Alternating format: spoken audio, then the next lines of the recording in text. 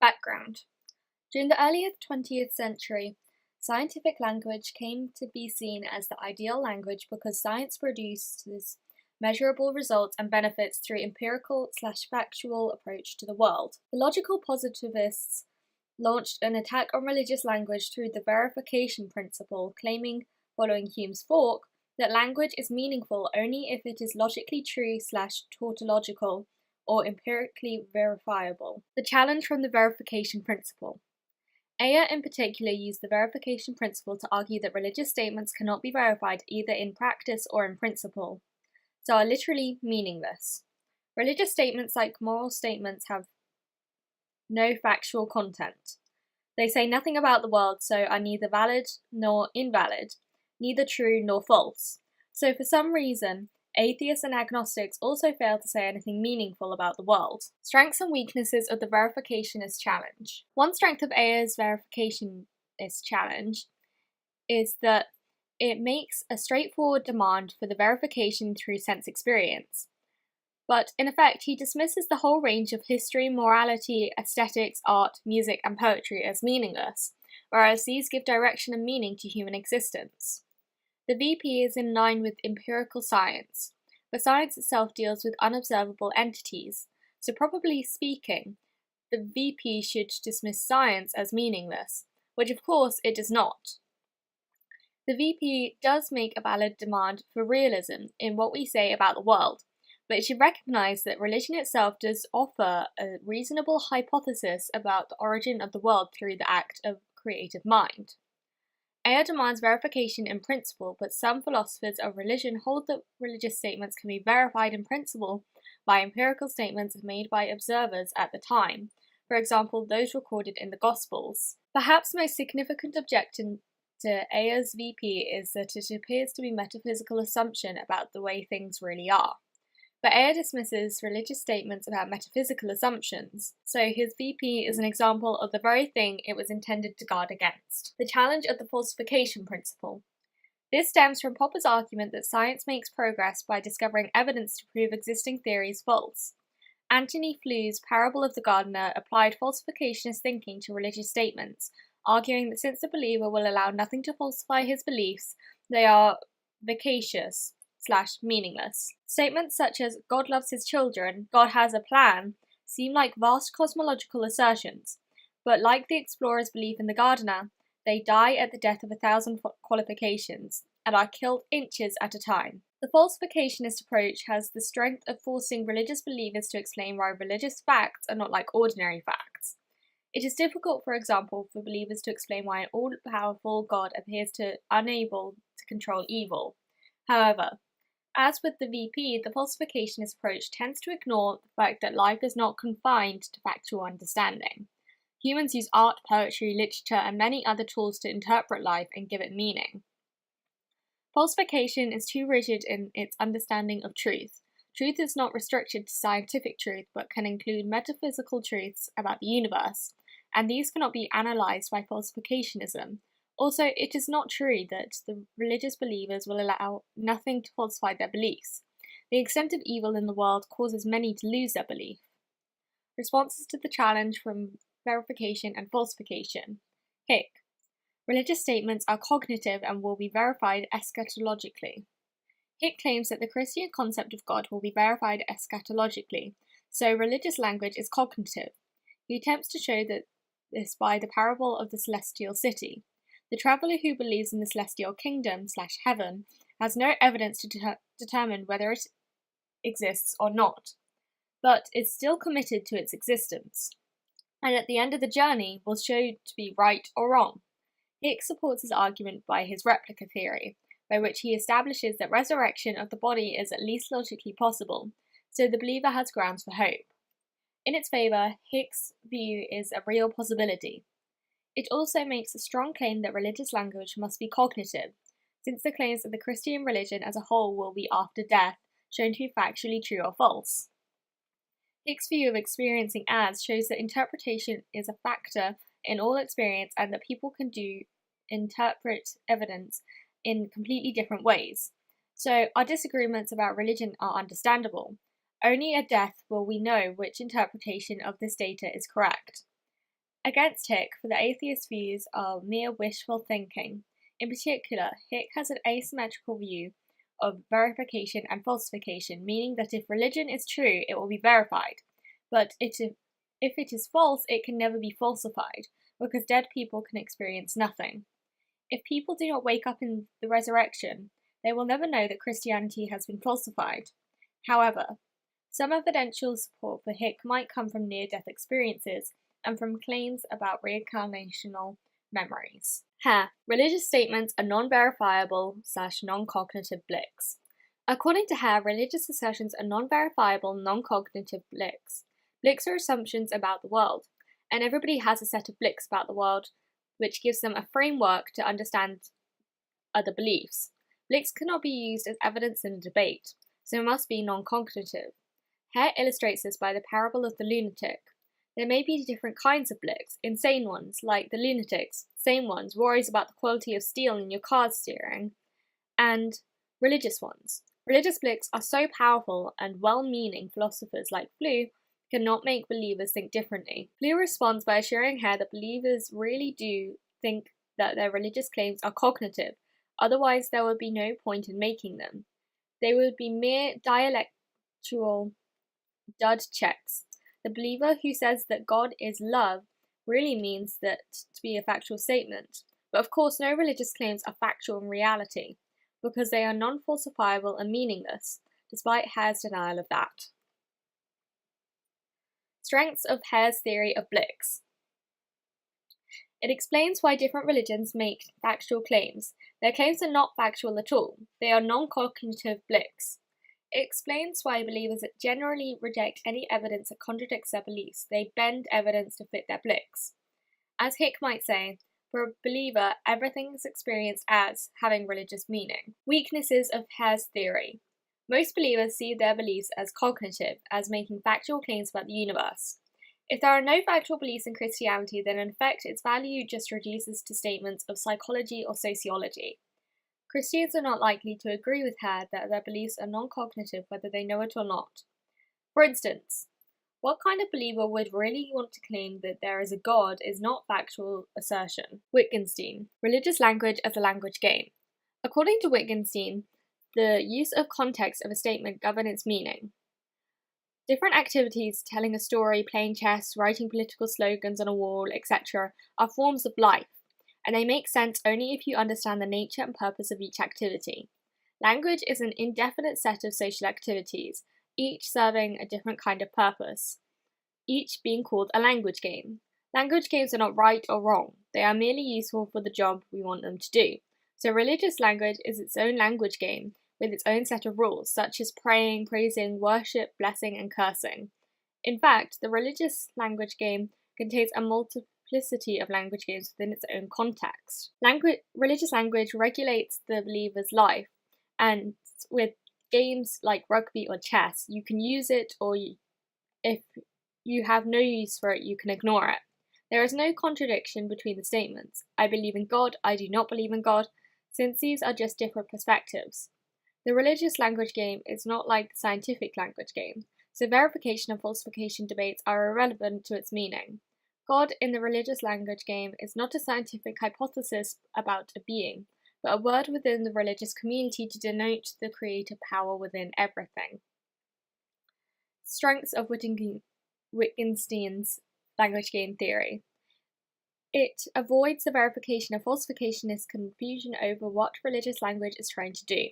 It allows a variety of meaning: artistic, poetic, musical, ethical, historical, emotional, and religious, without demanding that everything should conform to its scientific/empirical norm. Wittgenstein sees that religion is about the reality of God in the life of believing community. As H. Price puts it, religion is about the passionate commitment of belief in God, not the intellectual statement of belief that there is a God. Weaknesses of Wittgenstein's language game theory. How do you debate with atheists/agnostics/secularists? Isolating religious beliefs from external criticism is not a good thing. Language games are supposedly self-contained, but many Christians, for example evangelicals, are committed to dialogue with those outside their language game. Most believers do not agree with Wittgenstein about the nature of religious language. Religious statements are no longer have to be true or false. Most believers want to make them what they see as true /cognitive /factual /cosmological claims. For example, there is a God. Wittgenstein's theory of meaning assumes that there can be no evidence for metaphysical beliefs, but the existence of laws of nature imply a metaphysical explanation of the universe in terms of a creative mind. Is religious language cognitive or non-cognitive? Strengths of understanding religious language as cognitive. It makes clear factual claims that can be examined by anyone. Most believers are cognitives. Believers are committed to religion because they see their belief as factual and not as a non-cognitive blick. Strengths of understanding religious language as non-cognitive. It avoids the view that religious language can be scientific, so it avoids the verificationist and falsificationist challenges. It reflects the distinctive views and commitments of religious people, their blicks. It acknowledges that religious language is one of many different ways in which language can be meaningful. But the strengths of cognitivism are seen as weaknesses by non-cognitives, and vice versa. So this doesn't get us very far. A reasonable answer is that religious language is both cognitive and non-cognitive. For example, some such as hate cult that claims about the existence of God or life after death are cognitive claims, whereas mythological statements in the Bible are non-cognitive. For example, the myth of Adam and Eve is about alienation from God. Other views of the nature of religious language. Religious language as analogical, Aquinas. Aquinas argues that religious language is neither univocal or equivocal. It is analogical, although God is completely different from the universe. Since God is the creator, there must be a causal relationship between the universe and God, and that gives meaning to language about God. In the analogy of attribution, therefore, if we talk about the human's attributes of goodness, wisdom, love, and impersonance, as the creator of humans, God has what it takes to produce these qualities in humans. In the analogy of proportionality, just as we make the downwards analogy to the faithfulness of a dog, we can make an upwards analogy to the faithfulness of God.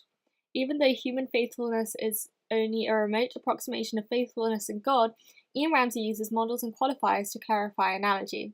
For example, to speak an infinite and perfect creator, where creator is the model and infinite and perfect are the qualifiers. Strengths of using analogical language about God. It avoids using univocal language about God and so avoids treating God as a thing among other things. It avoids speaking anthropomorphically about God. It is useful in pushing words beyond their normal meaning, for example, in talking about religious experiences. Analogy is cognitive, being based on human experiences, so it allows God to talk to be meaningful. Weaknesses of analogy.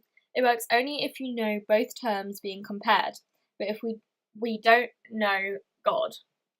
If we can say that God has what it takes to produce good qualities in humans, then we have to admit that God has what it takes to produce evil qualities too, although Aquinas denies that evil exists.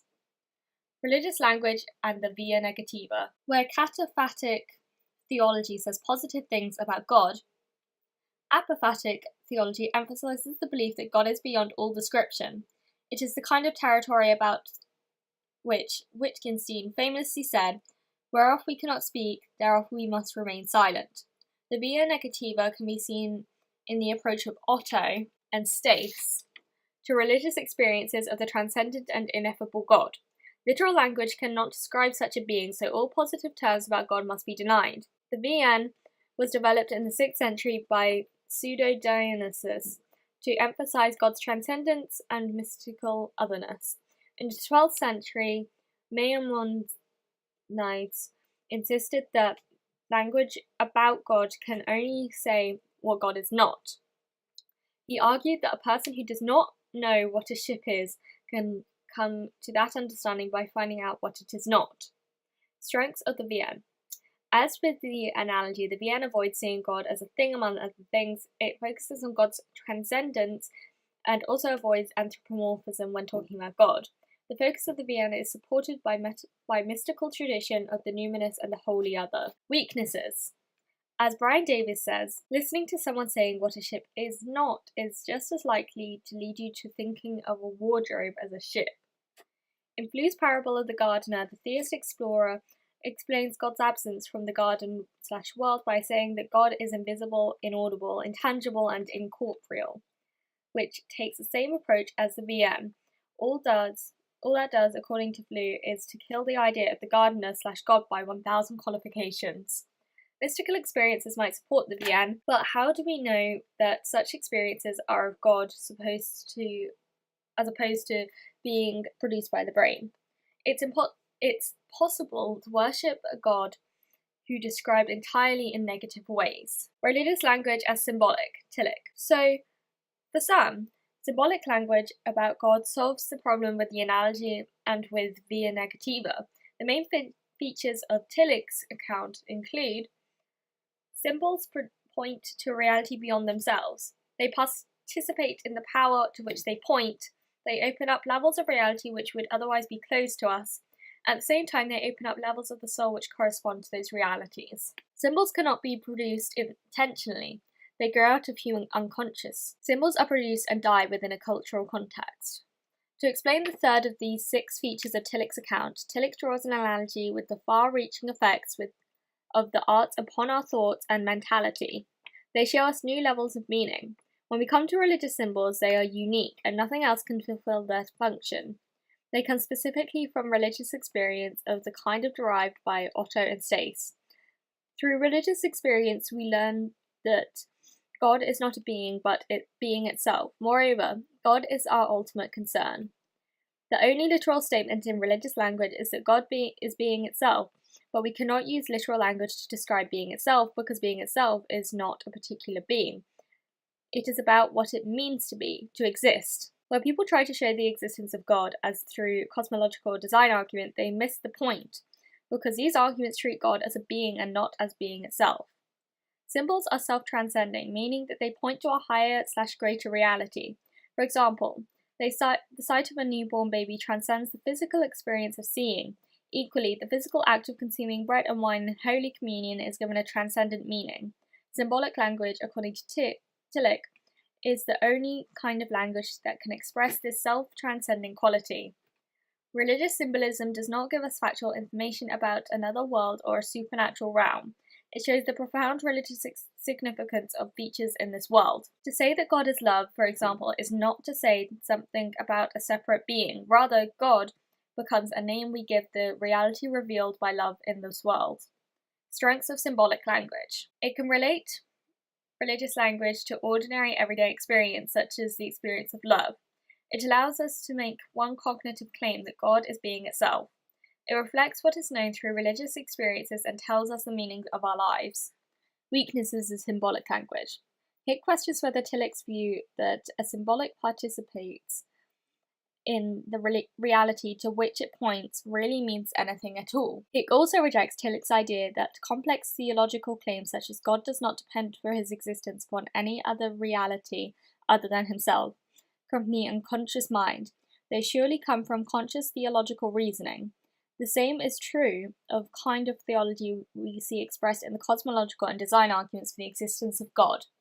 Many Christians do not share Tillich's view that God is being itself, preferring to see God as transcendent being who is the ground for our existence, as with Aquinas. Overall conclusion.